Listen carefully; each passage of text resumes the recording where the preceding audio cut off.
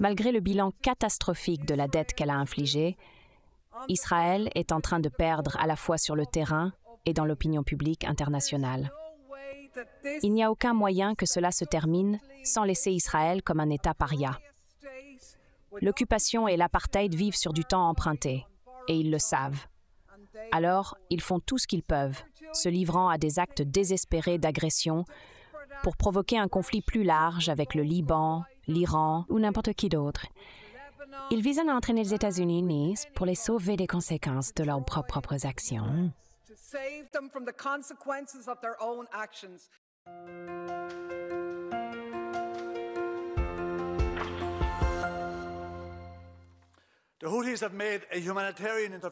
Les Houthis sont intervenus dans la mer Rouge, visant à arrêter la violence à Gaza. Ils ont perturbé le transport maritime sans causer de mort. Ces navires aidaient ce qui est décrit comme la violence israélienne. Le gouvernement israélien aurait tué plus de 23 000 civils, dont plus de 10 000 enfants. Au lieu de répondre à Israël, les États-Unis et le Royaume-Uni ont ciblé les Houthis, entraînant au moins 6 morts. Cette action suggère que les puissances occidentales privilégient le mouvement des biens sur les vies humaines. De plus, ces puissances ont imposé des sanctions à l'Iran, à la Syrie et au Venezuela, qui ont conduit à des milliers de morts en restreignant le mouvement de biens essentiels. Les Houthis tentent de montrer leur solidarité avec les Palestiniens, à l'instar des actions entreprises par l'Afrique du Sud à La Haye. Cependant, le soutien de l'Union européenne semble s'aligner sur les États-Unis et Israël, ce qui est décevant.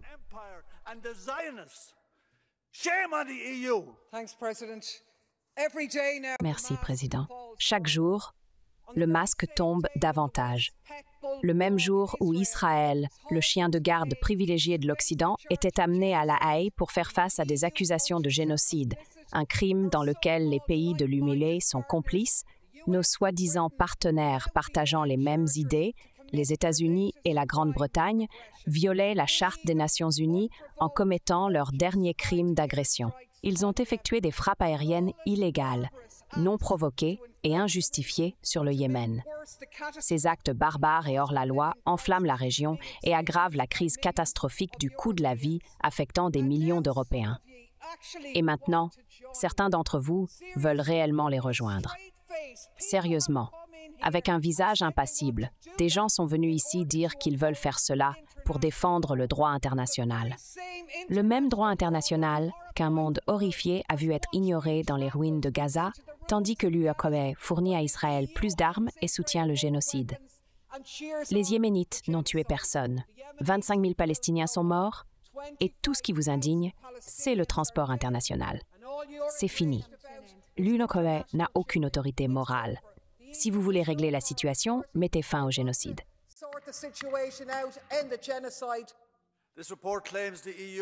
Ce rapport affirme que l'UNM peut jouer un rôle positif dans la prévention de la diplomatie et la gestion des conflits gelés à travers le monde. Cependant, les dernières décennies démontrent de manière spectaculaire comment l'UNM fait précisément le contraire. Considérez le Kosovo, la Syrie, le Nagorno-Karabakh, l'Ukraine, Israël et la Palestine. Regardez le génocide actuellement en cours à Gaza. Nous n'avons pas le temps de revisiter tous les exploits coloniaux des puissances européennes et comment les impérialistes ont divisé de grandes parties du monde sans tenir compte des communautés ethniques et religieuses qui y vivent. Les colonialistes européens ont jeté les bases du projet colonial israélien et ont ensuite soutenu l'état d'apartheid d'Israël pendant plus de 75 ans. Période pendant laquelle ils ont systématiquement brutalisé et massacré les Palestiniens. Lorsque le génocide israélien à Gaza a commencé le 7 octobre, l'UE s'est empressé de le défendre. La présidente von der Leyen et Mazzola se sont littéralement envolés là-bas et ont promis le soutien de l'UE quoi qu'il arrive. Vous dites que l'UE peut limiter la propagation des conflits. Pourtant, le Conseil n'a toujours pas appelé à un cessez-le-feu.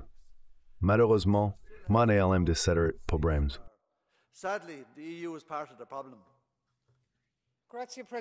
Merci, Monsieur le Président. Aujourd'hui, nous sommes ici pour célébrer le rôle significatif de l'UMRMR dans la diplomatie préventive, ce qui est assez ironique. La réalité est que l'UMR a été plus active à empêcher la diplomatie plutôt qu'à s'y engager.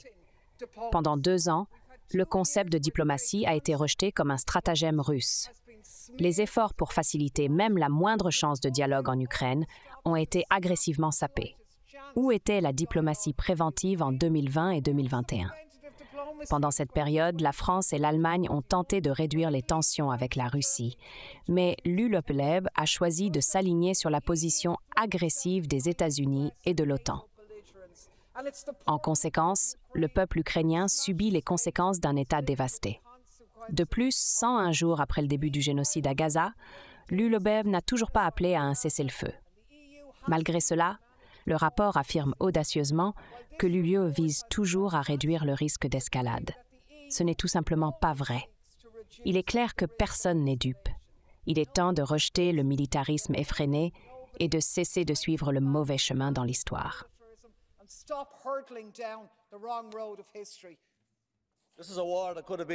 Cette guerre aurait pu être évitée et arrêtée dès le 22 avril. Cependant, nous n'avons pas cherché la paix. Au contraire, nous avons poursuivi la guerre. Nous avons cherché à soutenir une guerre par procuration US-OTAN pour nuire à la Russie, dépensant des milliards de l'argent des contribuables de l'UE dans un conflit qui n'était pas dans notre intérêt et qui a considérablement endommagé l'Ukraine sans justification. L'Ukraine cherche maintenant à recruter un demi-million de soldats supplémentaires pour la guerre. Plus de 17 000 individus ont été capturés et détenus par les services de sécurité en tentant d'éviter la conscription, beaucoup d'autres s'échappant. Le président Zelensky veut réduire l'âge de la conscription de 27 à 25 ans, alors que l'âge moyen des soldats dépasse 40 ans. Des entretiens dans les médias américains avec des soldats expérimentés révèlent que, en raison de l'âge, de l'alcoolisme ou de maladies, moins de la moitié des nouvelles recrues sont capables ou disposées à combattre. Yuri Lutsenko, l'ancien procureur général et ex-chef du ministère de l'Intérieur de l'Ukraine, a récemment exhorté le gouvernement à divulguer les véritables chiffres des victimes. Il a déclaré que l'Ukraine perd actuellement 30 000 soldats par mois, avec un demi-million tués ou gravement blessés depuis le début de l'invasion. La semaine dernière, Der Spiegel a rapporté que l'Allemagne ignore la destination finale de ses armes une fois arrivée en Ukraine. Face à ce désastre et bain de sang non atténué, la question se pose. Allez-vous continuer à remplir les engagements d'assistance militaire à l'Ukraine? Allez-vous jamais tenter de mettre fin à ce massacre, ou vous ne vous souciez pas des Ukrainiens de la classe ouvrière qui ont été jetés dans un hachoir à viande? Réfléchissez à vos actions.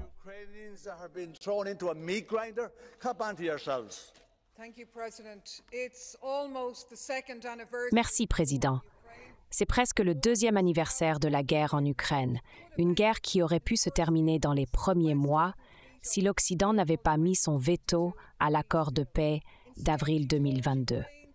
Au lieu de cela, ils ont dit à l'Ukraine de continuer le combat. Le résultat est des centaines de milliers d'Ukrainiens perdus, 4 provinces disparues et tout espoir d'indépendance à jamais envolé. L'Ukraine est piégée dans une impasse ingagnable et la seule issue est de réduire douloureusement ses pertes. Plutôt que d'abandonner cette approche en pleine crise écrasante du coût de la vie, vous voulez que les citoyens de l'Europe fournissent plus d'assistance militaire. Vous prétendez que c'est pour aider l'Ukraine.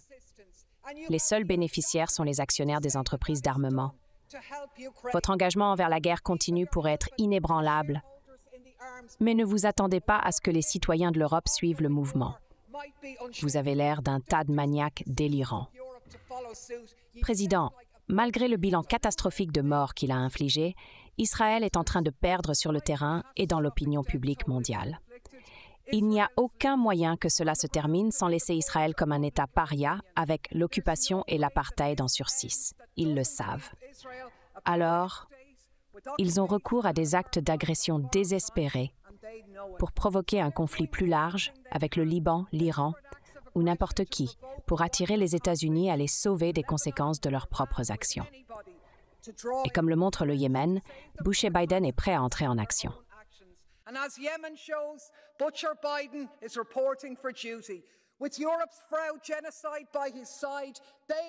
Avec l'histoire conflictuelle de l'Europe à ses côtés, ce sont eux qui ont permis la continuation des actions israéliennes. Sans eux, cela serait déjà terminé. Alors prenez note, président Biden. Les ancêtres de l'Irlande dont vous prétendez être issus vous renient. Gardez notre pays hors de votre bouche. Et quant à von der Leyen et à l'Allemagne, avec vos paroles et actes soutenant Israël à la CIJ, pas en notre nom. Les peuples d'Europe se tiennent aux côtés de la Palestine et de l'Afrique du Sud. Merci, Président. Selon Ursula von der Leyen, l'Inde et l'UPLL sont des démocraties vibrantes qui partagent des valeurs fondamentales et des intérêts communs. Nous sommes en fait des partenaires naturels, ou du moins, c'est ce qu'elle a dit à Narendra Modi en lui serrant la main à New Delhi lors de l'une des nombreuses occasions où elle l'a rencontré dans l'espoir de rallier l'Inde contre la Chine et la Russie. C'est le même Modi dont le parti ultranationaliste BJP a présidé à l'intensification des tensions ethniques et des incidents violents, qui a été interdit aux États-Unis en 2002 par l'administration Bush pour son rôle dans les violences du Gujarat, qui ont vu des actes horribles contre des filles et des femmes musulmanes et d'autres brutalités. Ce Modi, normalisé pendant une décennie par Trump puis Biden, est maintenant notre ami dans l'équipe démocratie. Une grande famille heureuse qui contient également Israël et l'Arabie saoudite. Et vous vous demandez pourquoi les gens en Irlande pourraient avoir un problème à abandonner notre politique étrangère nationale? Vous devez plaisanter.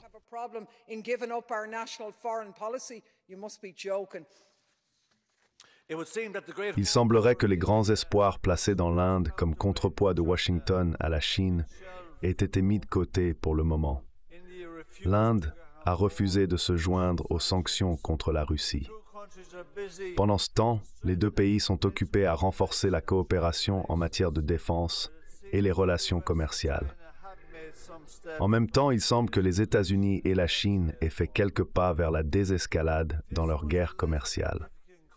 Si cela concernait un pays moins significatif, le rapport ne tournerait pas autour du pot concernant la question des relations avec la Russie, avec des condamnations et des menaces abondantes. Au lieu de cela, le rapport décrit l'Inde comme l'un de nos partenaires commerciaux les plus importants. Une démocratie partageant les mêmes idées qui s'associera à nous pour lutter contre le recul démocratique dans le monde.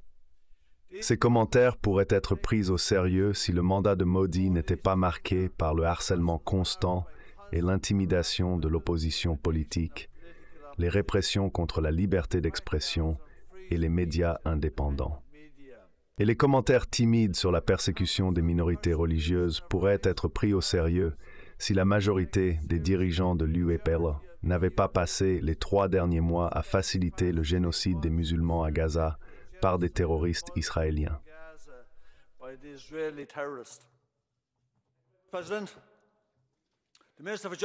Le ministre de la Justice en Irlande a publié un projet de loi sur les crimes de haine en 2022. Si ce projet de loi était déjà en vigueur, le Premier ministre irlandais, notre Taoiseach, pourrait être accusé de banalisation ou de négation grossière de génocide.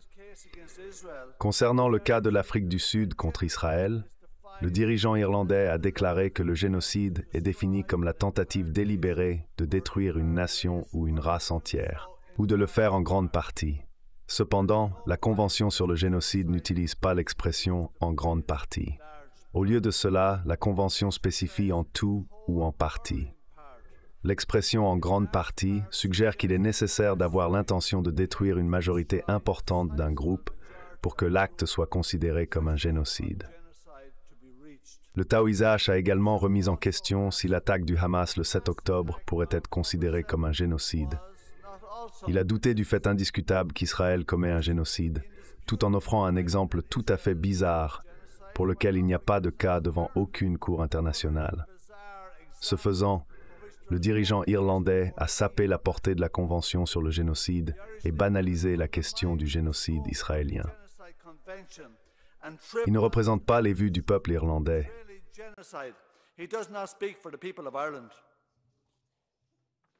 Merci, Président. Ces derniers mois, nous avons vu la solidarité palestinienne critiquée comme étant un discours de haine.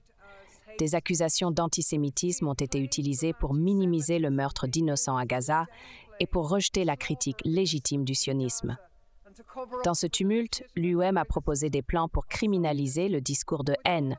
La question se pose, pouvons-nous faire confiance à l'UMWAR pour définir précisément ce qu'est un discours de haine?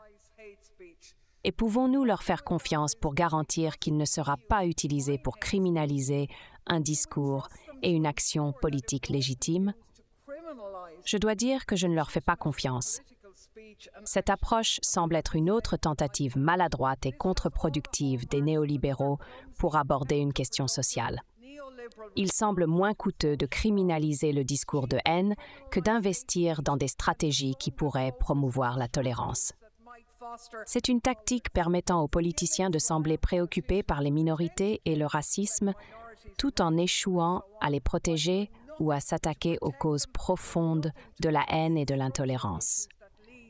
Ces causes incluent des politiciens centristes, promouvant subtilement des vues négatives sur la migration. Par conséquent, je ne fais pas confiance à la commission de von der Leyen pour réguler mon discours.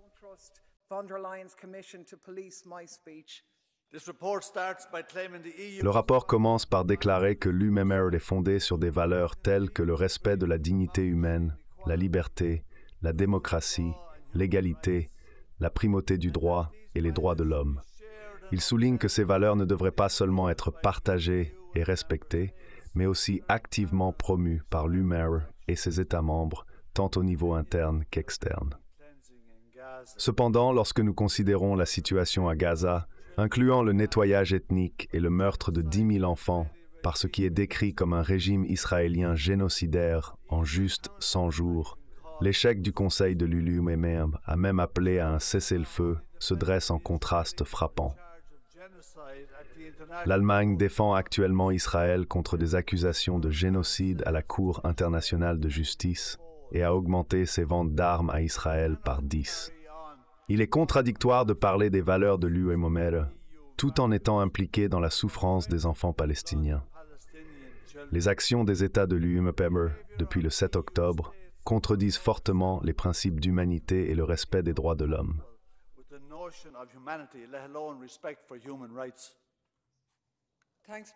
Merci, Président. Il y a beaucoup de choses vraiment bonnes dans ce rapport, mais j'ai dû m'abstenir à contre-cœur parce qu'il légitime l'utilisation de logiciels espions contre les journalistes. La menace pour les libertés médiatiques est profondément troublante et nous devons faire beaucoup plus. Cependant, nous ne parlons jamais que de certains types de menaces pour la liberté des médias. Nous ne reconnaissons jamais les autres, les limites strictes que notre politique et notre culture imposent à sa liberté. Regardez comment nos médias ont couvert l'assaut d'Israël sur Gaza. Si les médias ne répètent pas sans critique les affirmations d'Israël, ils se mettent dans tous leurs états pour éviter de les exposer pour ce qu'elles sont. Ils minimisent constamment la situation, réprimandent les Palestiniens en deuil pour ne pas condamner assez le Hamas.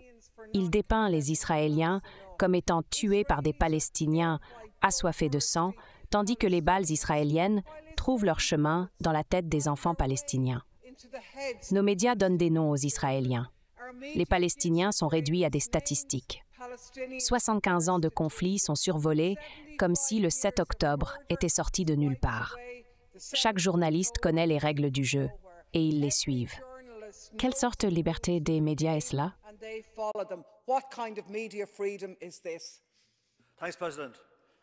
Merci, Président. Cette motion appelle la Hongrie à améliorer son comportement et condamne les pratiques discriminatoires systématiques signalées contre l'Académie, les journalistes, les partis politiques et la société civile. C'est dommage que l'UMWAR n'applique pas les mêmes normes de manière égale à tous.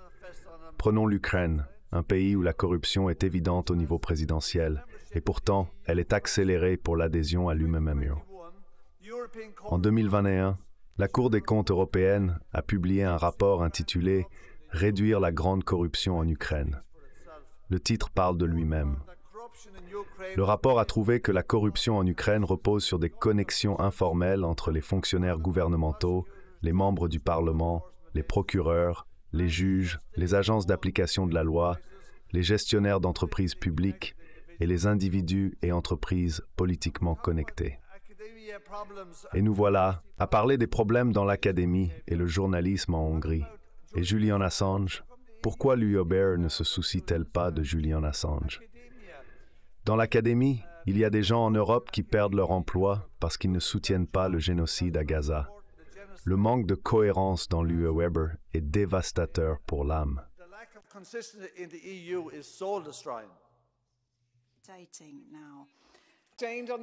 Merci beaucoup. L'état de droit n'est vraiment qu'une autre arme entre les mains de cette soi-disant commission géopolitique. Et ce type de marchandage, bien sûr, pose des problèmes en Hongrie et dans de nombreux autres domaines également. Mais ce type de marchandage n'aide certainement pas. Mais pour les bellicistes de l'UOMEM, les gens qui misent leur carrière politique sur le fait de décourager la paix en Ukraine, qui s'en soucient. La réalité vous rattrape. Les États-Unis perdent rapidement intérêt dans la guerre par procuration qu'ils ont provoquée et maintenue, comme toujours. L'Europe sera laissée à ramasser les morceaux, comme toujours. Il n'est pas trop tard pour que l'Europe joue un rôle constructif dans ce qui attend l'Ukraine. Mais tant que la gouvernance échoue est à la barre, la constructivité est la dernière chose que nous pouvons espérer. Genocide is at the helm. Constructiveness is the last thing we can hope for.